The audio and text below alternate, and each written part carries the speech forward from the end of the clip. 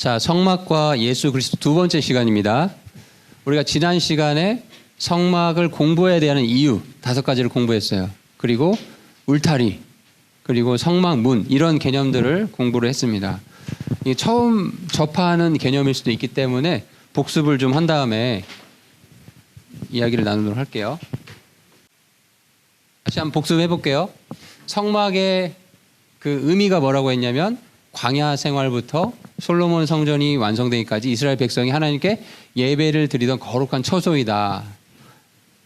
하나님께서 예배를 드릴 수 있는 처소를 마련해 주신 가장 그 큰 의미가 있는 거다라고 말씀을 드렸었고, 왜 그러면 우리가 이 신약 시대의 성막을 배워야 되냐? 공부할 이유가 5가지가 있다고 했죠. 인간이 하나님을 만날 수 있는 길을 성막을 통해서 발견하게 되고, 구약에 무려 50장에 걸쳐서 성막 이야기가 나와 있다. 그만큼 하나님께서 중요하게 여기신다는 거죠. 성막에서 죄인을 만나 주신 장소이다. 그리고 성령님의 인도하심 따르는 그 신앙을 배울 수 있다.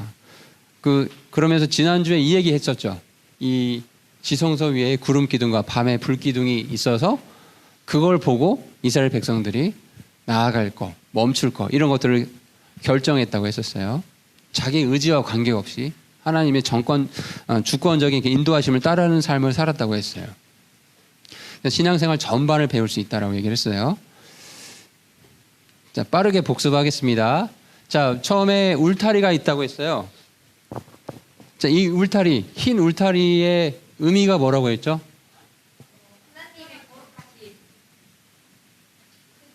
구분, 맞아요.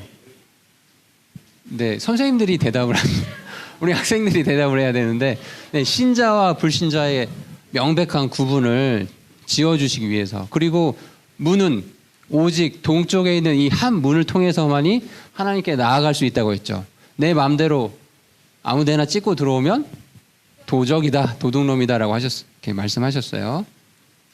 그래서 이 문의 의미가 어디 갔죠? 네, 여기 문의 의미가 바로 예수님이셨다. 사람이 진리를 알 수 있는 유일한 길은 우리 예수님 뿐이시다.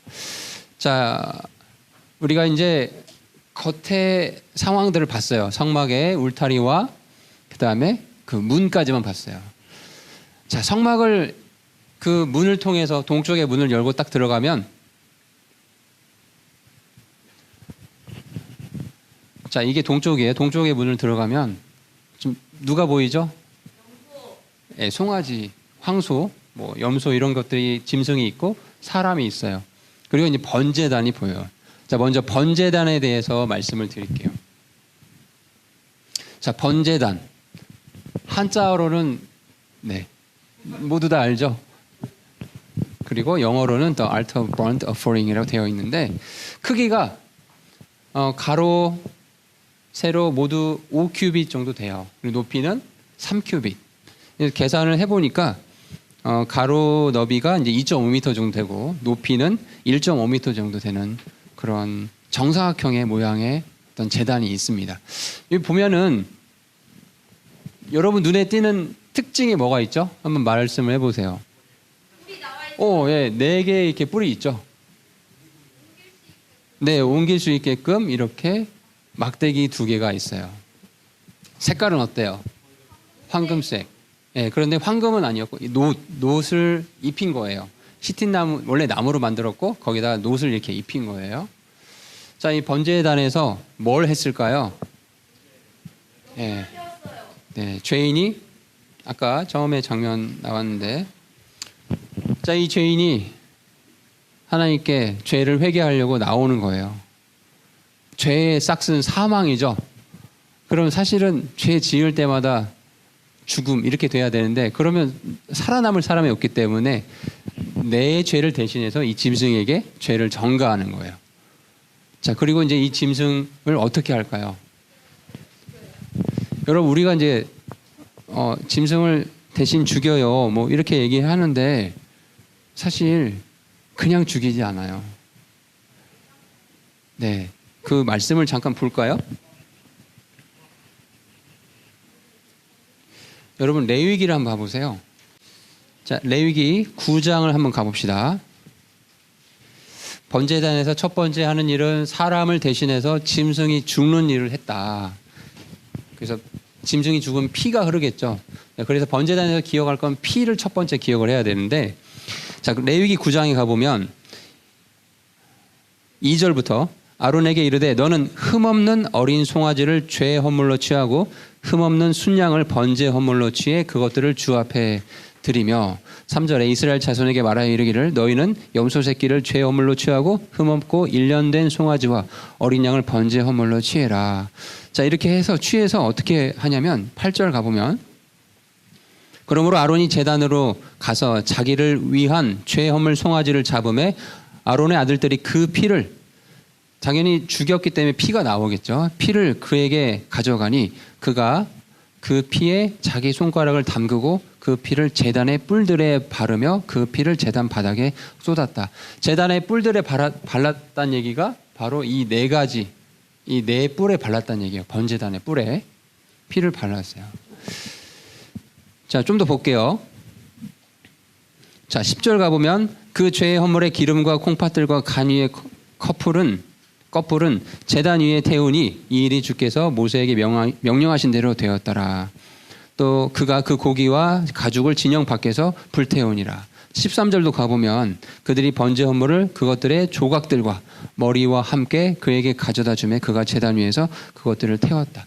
여러분, 이 번제단에서 사람의 죄를 대신해서 짐승이 죽었잖아요. 유대 역사책의 기록에 따르면 하루에 이 번제단에서 죽은 짐승의 수가 적게는 30마리, 많게는 2,000마리까지 죽었대요. 하루에. 여러분 한번 수학 잘하는 친구들 계산해 보세요. 2,000마리를 이 번제단에서 잡아서 피를 바르고 막 태우고 이렇게 하려면 끔찍하지 않아요? 그러니까 이 번제단은 늘 뭐가 있겠어요? 피가 철철 흐르겠죠. 그죠? 피가 철철 흐르는 그 장소가 또 한 곳에 있죠.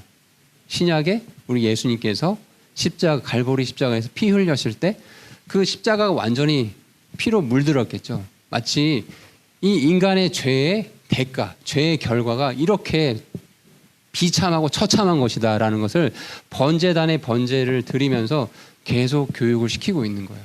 죄의 결과가 이렇게 잔인한 것이다. 너를 대신해서 누군가는 죽어야 되거든. 너가 죽을 수는 없잖니. 그래서 짐승을 대신 죽이는 거예요. 근데 이 짐승이 나를 대신해서 하루에, 여러분 생각해 보세요. 여러분이 광야에 태어났어요. 죄를 회개하려면 이렇게 번제를 드려야 된대요. 몇 마리나 죽였을까요? 저 선생님도 생각을 해봤더니 정말 수천 마리는 죽였을 것 같아요. 그렇죠. 죄가 이렇게 무섭다라는 것을 이 이스라엘 백성들에게 시청학적 교육으로 계속 알려주고 계셨다라는 거.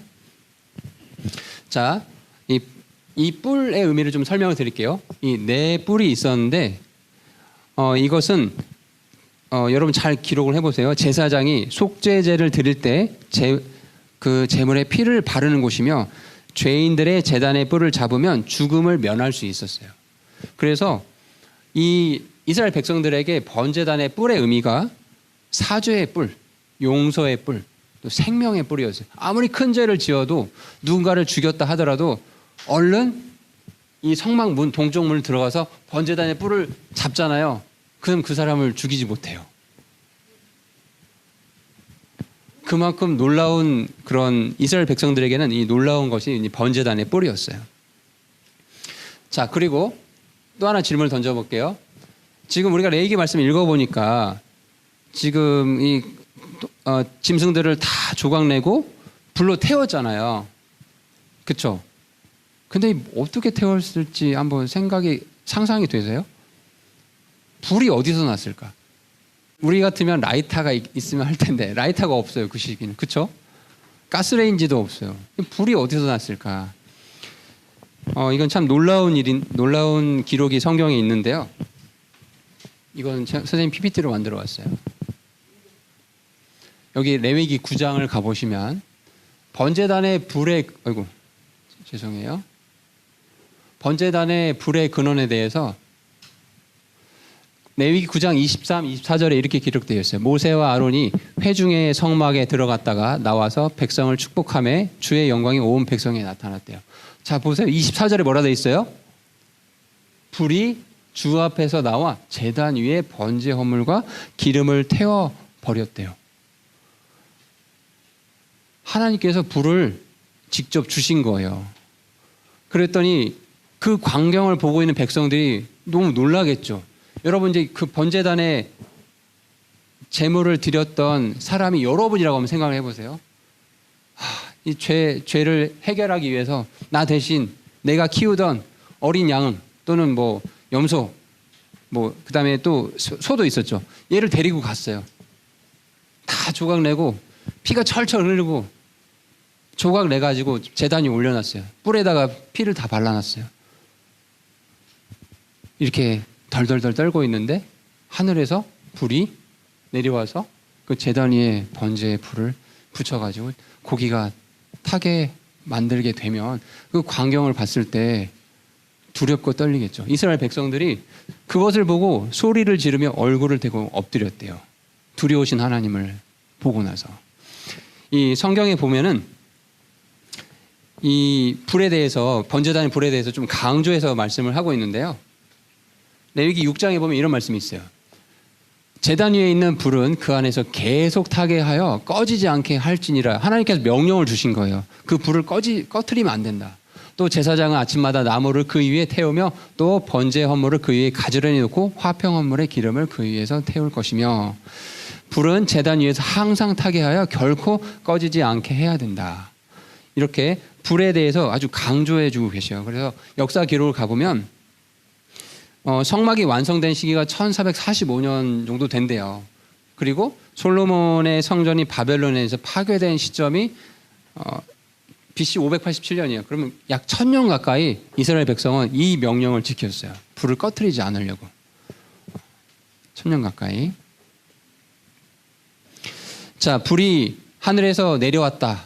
자, 이거는 그 상징적 의미니까 여러분에게 좀 말씀을 드려보면, 그러니까 제단 위에 자기가 나를 대신해 죽었던 짐승이 놓여져 있는데 불이 내려왔다라는 건 하나님께서 그걸 응답해 주셨다는 의미로 볼 수 있겠죠. 아, 너의 이 죄의 헌물을 내가 받고 용서하겠다. 그런 의미로 볼 수 있다는 거예요. 하나님께서 임재하시고 너의 죄를 용서해 주셨다라는 그런 의미로 백성들은 이해를 했다라는 거죠. 이 성경에 가보면 하늘에서 하나님께서 불로 응답하신 기록들이 좀 있어요. 선생님 좀 적어왔는데, 아브라함 같은 경우는 아브라함이 하나님과의 그 언약을 맺을 때 창세기 15장 17, 18절에 해가 져서 어두울 때 연기나는 화로가 보이며 타오르는 등불이 그 조각들 사이로 지나가니라. 불이 하늘로부터 내려와서 이렇게 타오르는 등불이 그 조각들 사이에 지나갔다는 기록이 있어요. 그리고 엘리야, 여러분 엘리야와 바알의 대결 알죠? 바알의 대원자 850명인가요? 그와 영적인 전투를 벌였잖아요. 자, 그때도 보면은 열왕기상 18장 38절에 주의 불이 내려와서 태우는 희생물과 나무와 돌들과 흙을 다 태웠다. 하나님께서 직접 너희와 함께하고 있다라는 걸 불로 보여주셨다라는 거죠. 자, 다윗도 보면 역대기상 21장 26절에 다윗이 거기서 주께 제단을 쌓고 번제 헌물과 화평 헌물을 드리며 주를 부르니 하나님께서 그분께서 하늘로부터 번제 헌물 제단 위에 불을 내려주셨대요. 그에게 응답을 해주셨다라는 거예요. 마지막 솔로몬 역대기야 7장 1절에 이제 솔로몬이 기도를 마침에 불이 하늘로부터 내려와 그 번제 헌물과 희생물들을 태워버렸고 주의 영광이 그 집에 가득하였다. 자, 성경에서 이렇게 하나님께서 불로서 직접 응답하시고 임재하시고 그 주의 백성들에게 하나님의 어떤 두려우심, 권위, 또 사랑 이런 것들을 보여주셨다라는 거예요. 자, 번제단의 불이 계속 꺼지지 않았죠. 불을 꺼트리지 말라고 명령을 하셨어요. 자, 이런 의미는 죄인들이 언제든지 속죄, 죄를 용서받을 수 있는 길을 열어두셨다는 의미로 우리가 볼 수 있다는 거예요. 여러분, 죄를 씻음받을 수 있는 그 길이 광야 시대에 살았던 이스라엘 백성들에게는 회개 기도가 아니라 번제 헌물을 드리는 거였잖아요. 근데 불이 꺼져 있어 봐요. 죄를 용서 못 받겠죠. 그래서 언제든지 죄인들은 번제단으로 나오면 죄를 용서받을 수 있다라는 걸 보여주시기 위해서 불을 꺼트리지 않으셨다. 자, 두 번째, 번제단을 지나서 성소에 들어가기 전에 두 번째 물두멍이 있어요. 자, 물두멍에 대해서 말씀을 드릴게요. 여러분 출애굽기 30장을 가보세요. 자, 30장 17절부터 21절에 보면 물두멍에 대한 설명이 나와 있어요. 선생님 좀 읽어볼게요. 주께서 모세에게 말씀하여 이르시니라. 너는 또한 노추로 물두멍을 만들고 그것에 받침도 노추로 만들어 그것으로 씻게 하며 그것을 회중의 성막과 제단 사이에 두고 그 안에 물을 담을지니라. 자, 여기 보면 이 물두멍인데요. 크기에 대해서 성경에서 구체적으로 말씀하진 않았었어요. 그러나 물을 가득 담을 수 있는 크기가 돼야 될 거고 다 노추로 만들었어요. 이 용도가 나와요. 19절에 가보면 아론과 그 아들들은 그 물두멍에서 손발을 씻을지니 그들은 회중의 성막에 들어갈 때 물로 씻어 죽지 않도록 할 것이요. 섬기려고 제단에 가까이 가서 주께 드리는 화제 헌물을 태울 때도 그리할지니라. 그렇게 그들이 손발을 씻어 죽지 않도록 할지니 그것은 그들에게 곧 그와 그의 씨에게 그들의 대대로 영원한 법규가 될지니라 라고 말씀하고 있어요. 자, 이 말씀을 선생님이 좀 중요해서 이렇게 적어봤는데 이 물두멍의 의미는 이래요.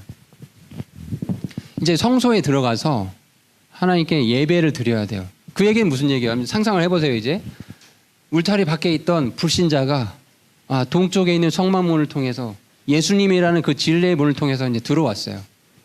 들어오면 뭘 해야 돼요? 내가 죄인이구나라는 걸 깨닫고 번제단에서 회개를 해야 되죠. 구원을 받게 됐어요. 자, 그런데 구원받은 이후에 그게 끝나나요? 아니요. 사실 우리 크리스천들에게는 구원받은 이후의 삶이 더 중요하거든요.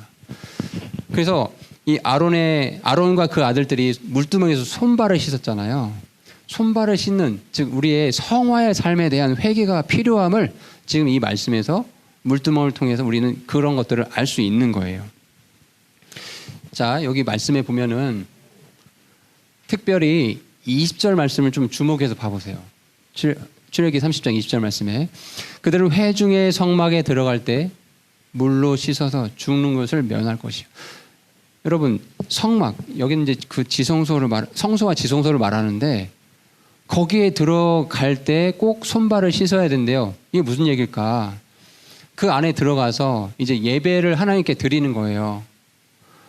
그런데 불건전하게 그냥 너네의 생각대로 너희들이 원하는 대로 드리는 게 아니고 꼭 손발을 깨끗이 씻어야 된다. 성화의 삶, 내 자신이 구원받았긴 했지만 하나님의 말씀에 비춰서 부족한 점이 없는지, 말씀에 내가 어긋난 점은 없는지를 비춰보라는 거예요. 손발을 씻으면서. 더 중요한 거, 섬기려고 제단 가까이 가서 불로 예비하여 주께 드리는 헌물을 태울 때에도 그렇게 해야 된대요. 선생님 굉장히 찔렸어요. 주일학교 교사로 섬긴다고 하는데 정말 물두멍에서 손발을 씻듯이 내 자신을 비춰보고 있는가. 여러분, 여기선 나오지 않았지만 물두멍의 그 재료가 여인들의 놋 거울이었어요. 그런 말씀이 또 다른 구절에 보면 출애굽기 38장에 보면 나오거든요. 거울은 이렇게 비춰보는 거잖아요.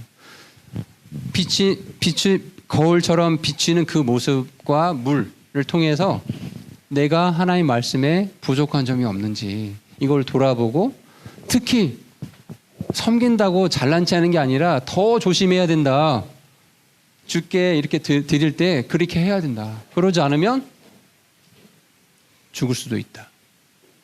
여러분 좀 저를 봐보세요. 사실은 우리가 은혜의 시대에 살다 보니까 하나님에 대한 두려움이 많이 약해져 있어요. 여러분, 이 이스라엘 백성들이 성소를 갈 때는요, 성소와 지성소를 들어갈 때는 매우 두려운 마음으로 간 거예요. 번제단에서 회개가 될까 안 될까? 하나님께서 불로 응답해 주지 않으면 어떡하지? 응답을 받았어요. 물두멍에 손발을 씻어야 돼요. 나쁜 말로 건방지게 바로 성소에 들어가잖아요. 죽는 거예요. 왜? 씻지 않고 들어가면 죽으니까. 예배 드리러 들어가는 그 자리에 불건강하게 하지 말라는 거죠. 조금 쉽게 표현해 볼까요? 우리가 지금 예배 드리러 왔어요. 오전에 대예배를 같이 드렸죠. 그리고 지금 중고등부 예배를 드려요. 손발을 씻고 왔니? 마음의 정돈, 마음의 준비를 하고 예배를 드리러 왔니? 이거 묻고 계시는 거거든요.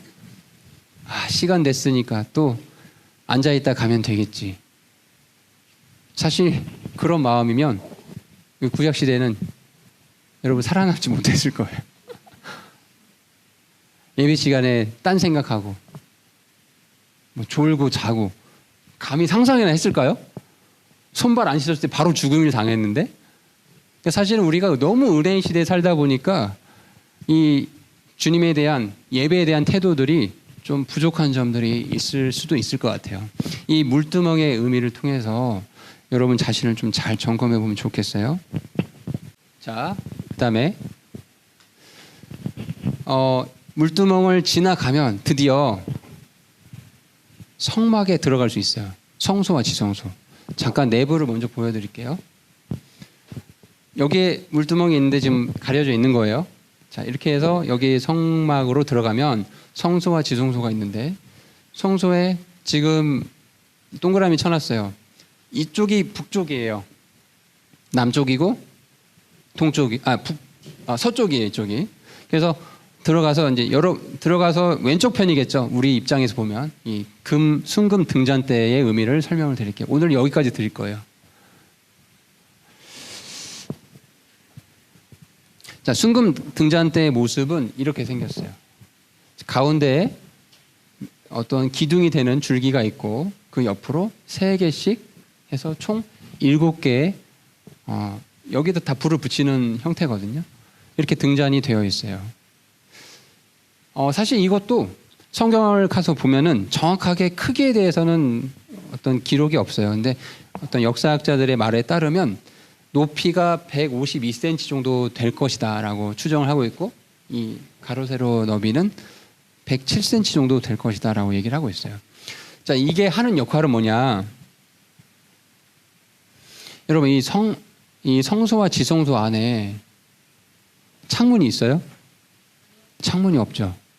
그리고 사실 이 덮개 하나인 줄 알았지만 몇 개였어요? 우리 지난주 공부했을 때 4개였었죠. 여러분, 사중으로 덮여 있고 창문이 없어요. 안에 들어가면 뭐가 보일까요? 아무것도 안 보이겠죠. 그런데 유일한 빛, 바로 이 순금 등잔대에 불을 비췄을 때 이 안에서 이제 제사장이 해야 될 일들을 할 수 있었다라는 거예요. 자, 그리고 이 순금 등잔대는 맞은편에 있는 보여주는 빵상을 맞은편에 이렇게 비추고 있는 역할을 하고 있어요.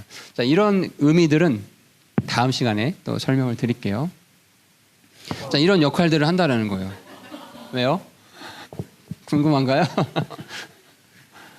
자, 순금 등잔대의 의미를 좀 말씀을 드리면, 관련된 성경 구절은 여기 출애굽기 27장에 나오는데, 여러분 출애굽기 펴 있으니까 같이 볼까요? 앞으로 넘겨보세요.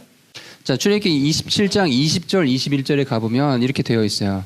또 너는 이스라엘 자손에게 명령하여 그들이 이 등불을 위해 올리브로 찌어 만든 순수한 기름을 내게 가져오게 함으로써 등불이 항상 타게 할지니라.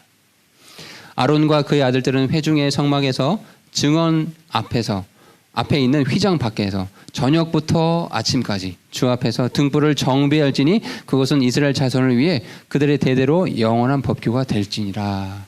자, 순금 등잔대에 대해서 이렇게 말씀을 하고 있는데, 여러분이 주목해서 볼 부분은 저녁부터 아침까지 주 앞에서 등불을 정비해야 된대요. 자, 일단 이 성소 안에 들어갈 수 있는 자격은 제사장이에요. 그런데 미리 말씀을 좀 보여주면, 하나님께서는 우리 신약시대에 우리 그리스도인들을 뭐라 부르시냐면 하나님께서 받으실 만한 영적 희생물을 드리는 거룩한 제사장으로 보세요.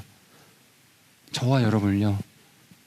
그러면 우리가 비록 이 구약시대 사람들처럼 뭐 짐승의 피를 잡고 이러진 않지만 그 의미, 어떤 영적인 의미들을 갖고 생활을 해야 된다라는 거죠. 여러분이 하나님 보시기에는 거룩한 제사장이니까. 다시.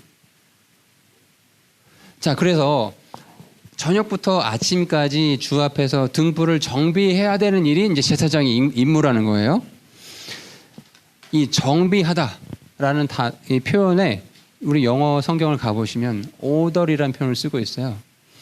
자, 이 표현은 히브리어로 야타브라고 부르는데 그 의미가 좋게 만들다, 잘 되게 하다, 단장하다라는 의미를 갖고 있대요. 여러분, 단장하다, 꽃단장한다 이런 말 들어봤죠? 여러분 교회에 오기 전에 아침에 일어나서 어떻게 했어요? 씻고, 특히 우리 여학생들은 그저 머리 말리는데 한 20-30분 걸리죠? 그리고 기초 화장하고 그런가요? 뭐 잘 모르겠지만 화장하시죠?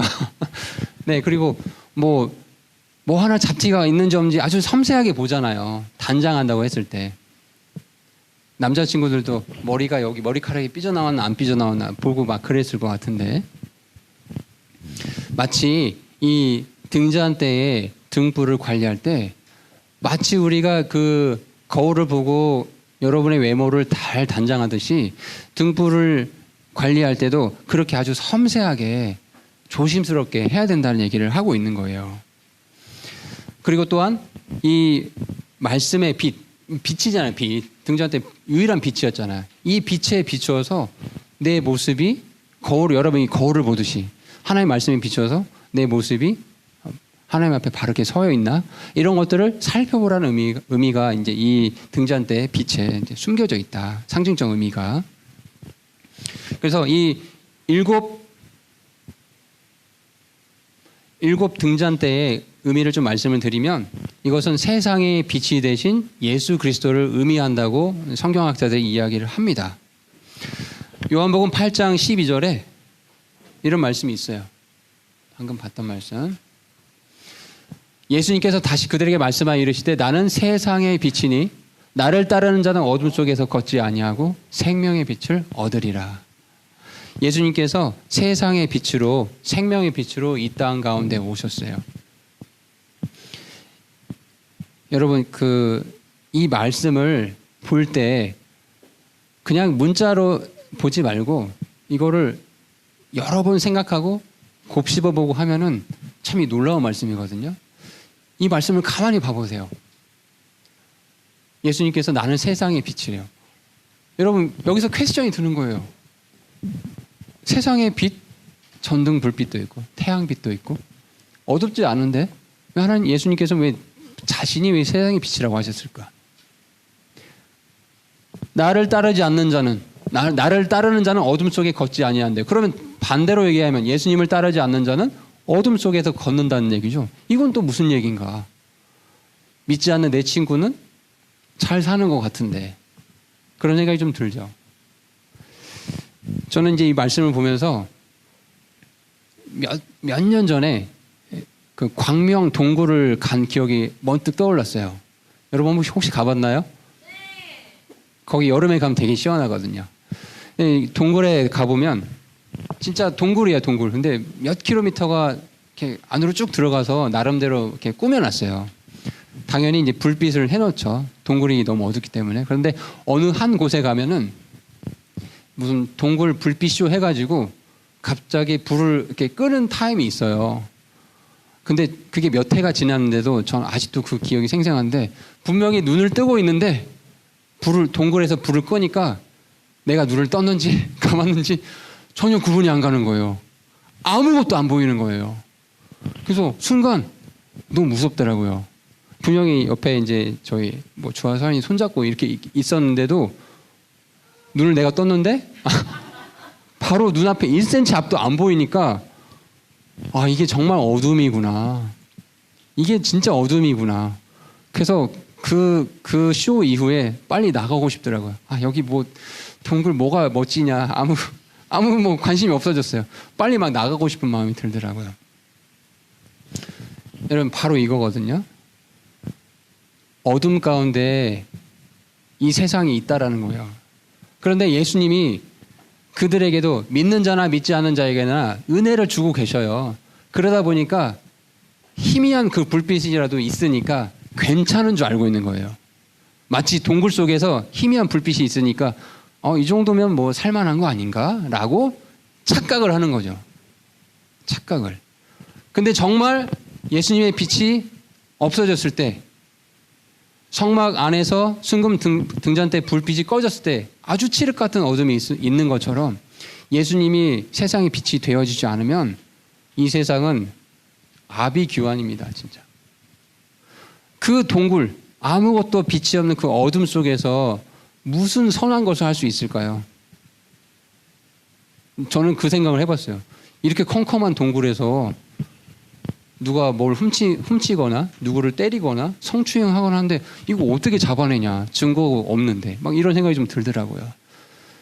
그러면서 예수님께서 세상의 빛이 되신다는 얘기가 이 믿는 자에게는 참 복된 소식인데 어둠 속에 있는 자들에게는 이게 아무런 의미가 없는 거겠구나, 뭐 이런 생각들이 좀 들었어요. 예수님께서 여러분 등잔대의 모습을 생각해 보세요. 중심되는 게 있었어요.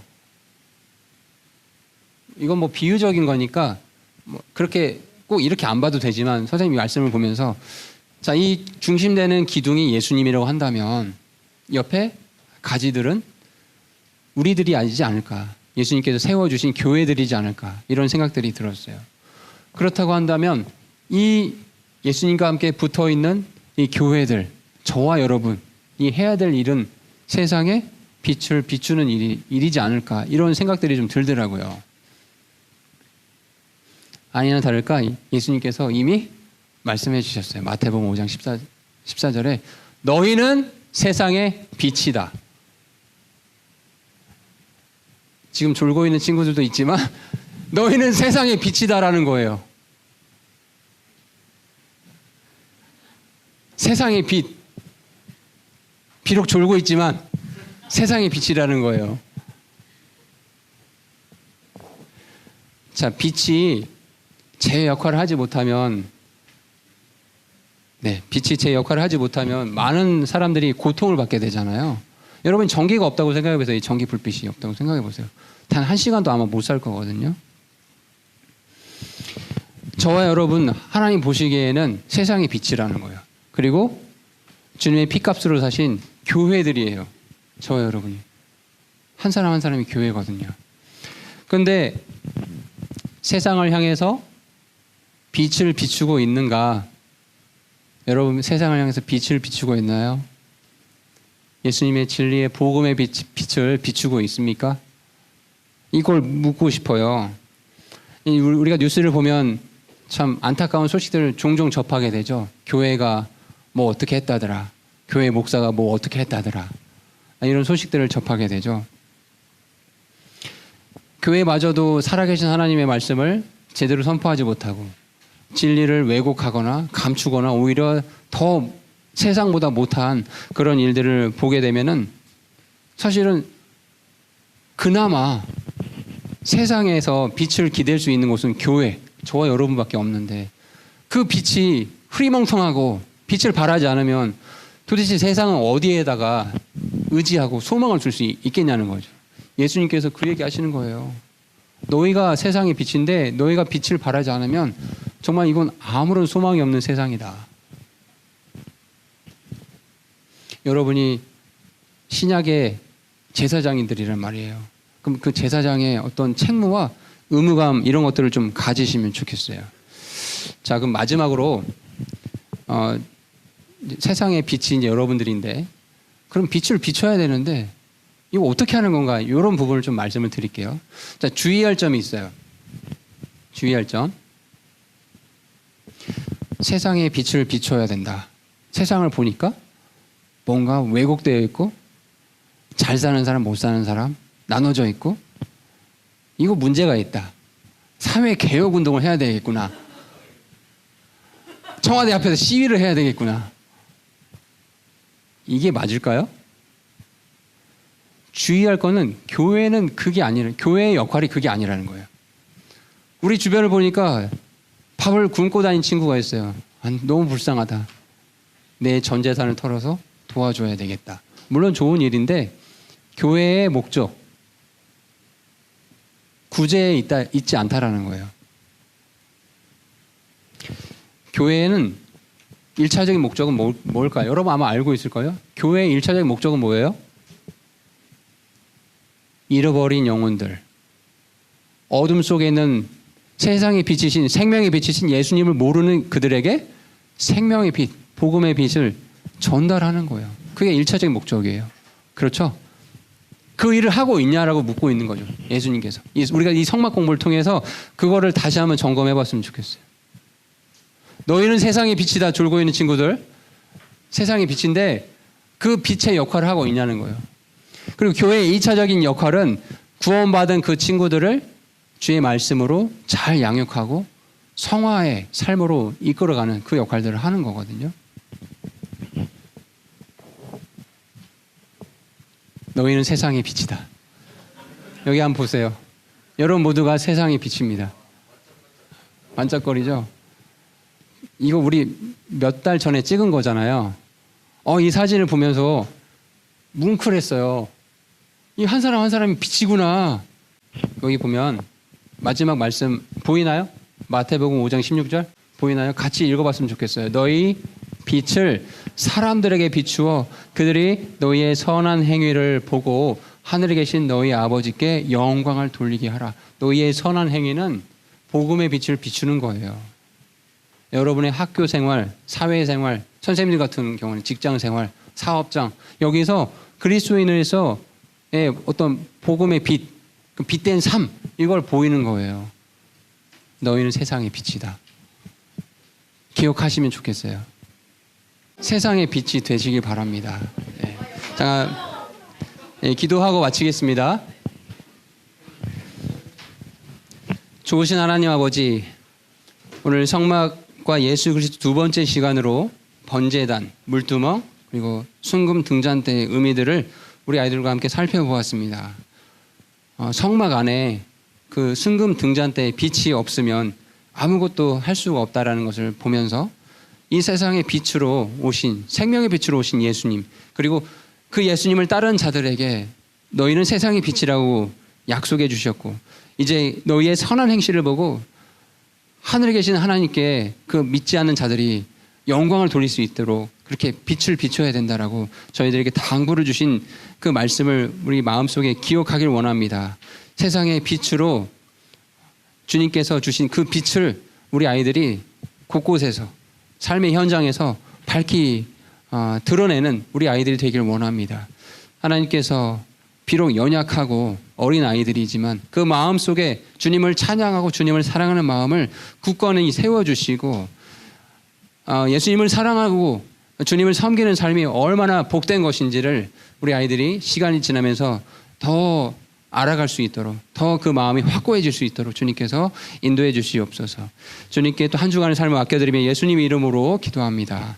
아멘.